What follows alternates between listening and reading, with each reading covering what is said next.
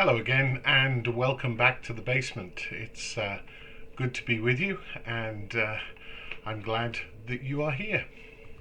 It never ceases to amaze me that someone can get used to almost anything and eventually not notice it. I once lived in a house where there was dampness in the basement during the winter. I lived there for years and didn't notice it.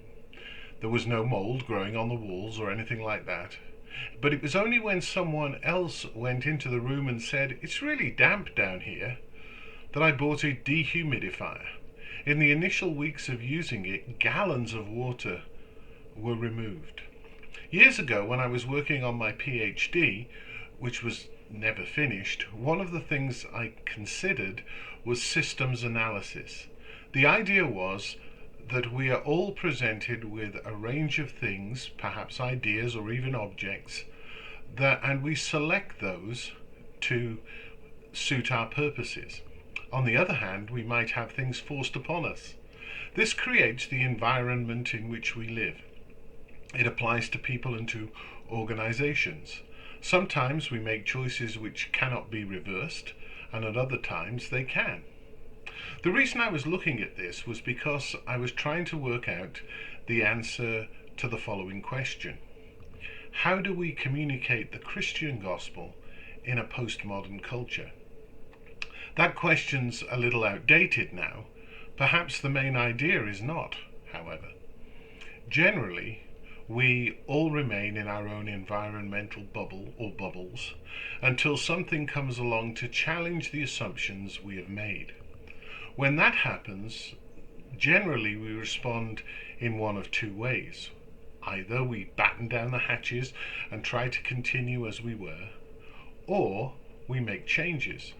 The changes may be successful or not, but they change our environment.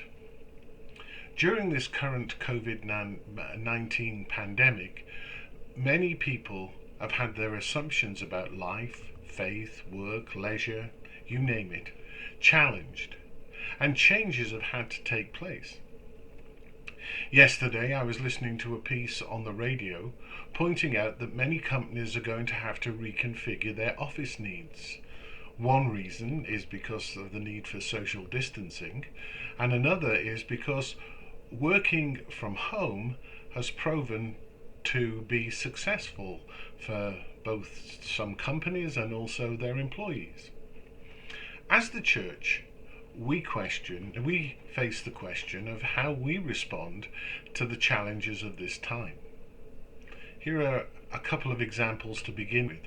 What is our response to those who have found their faith in Jesus challenged? What are we doing to meet those who are asking questions about faith because they find their current way of thinking about God and not putting God front and center is feeling inadequate to the task? We could list many more issues. People have found this hard on their psychological well-being. Those who have felt very lonely. What about those who are fearful? We're living through a period of shaking. How is the Christian gospel communicated in this environment? Once again, thank you for joining me today. It's, as usual, good to be here. I hope that you're doing well. And for now, God bless. Stay safe.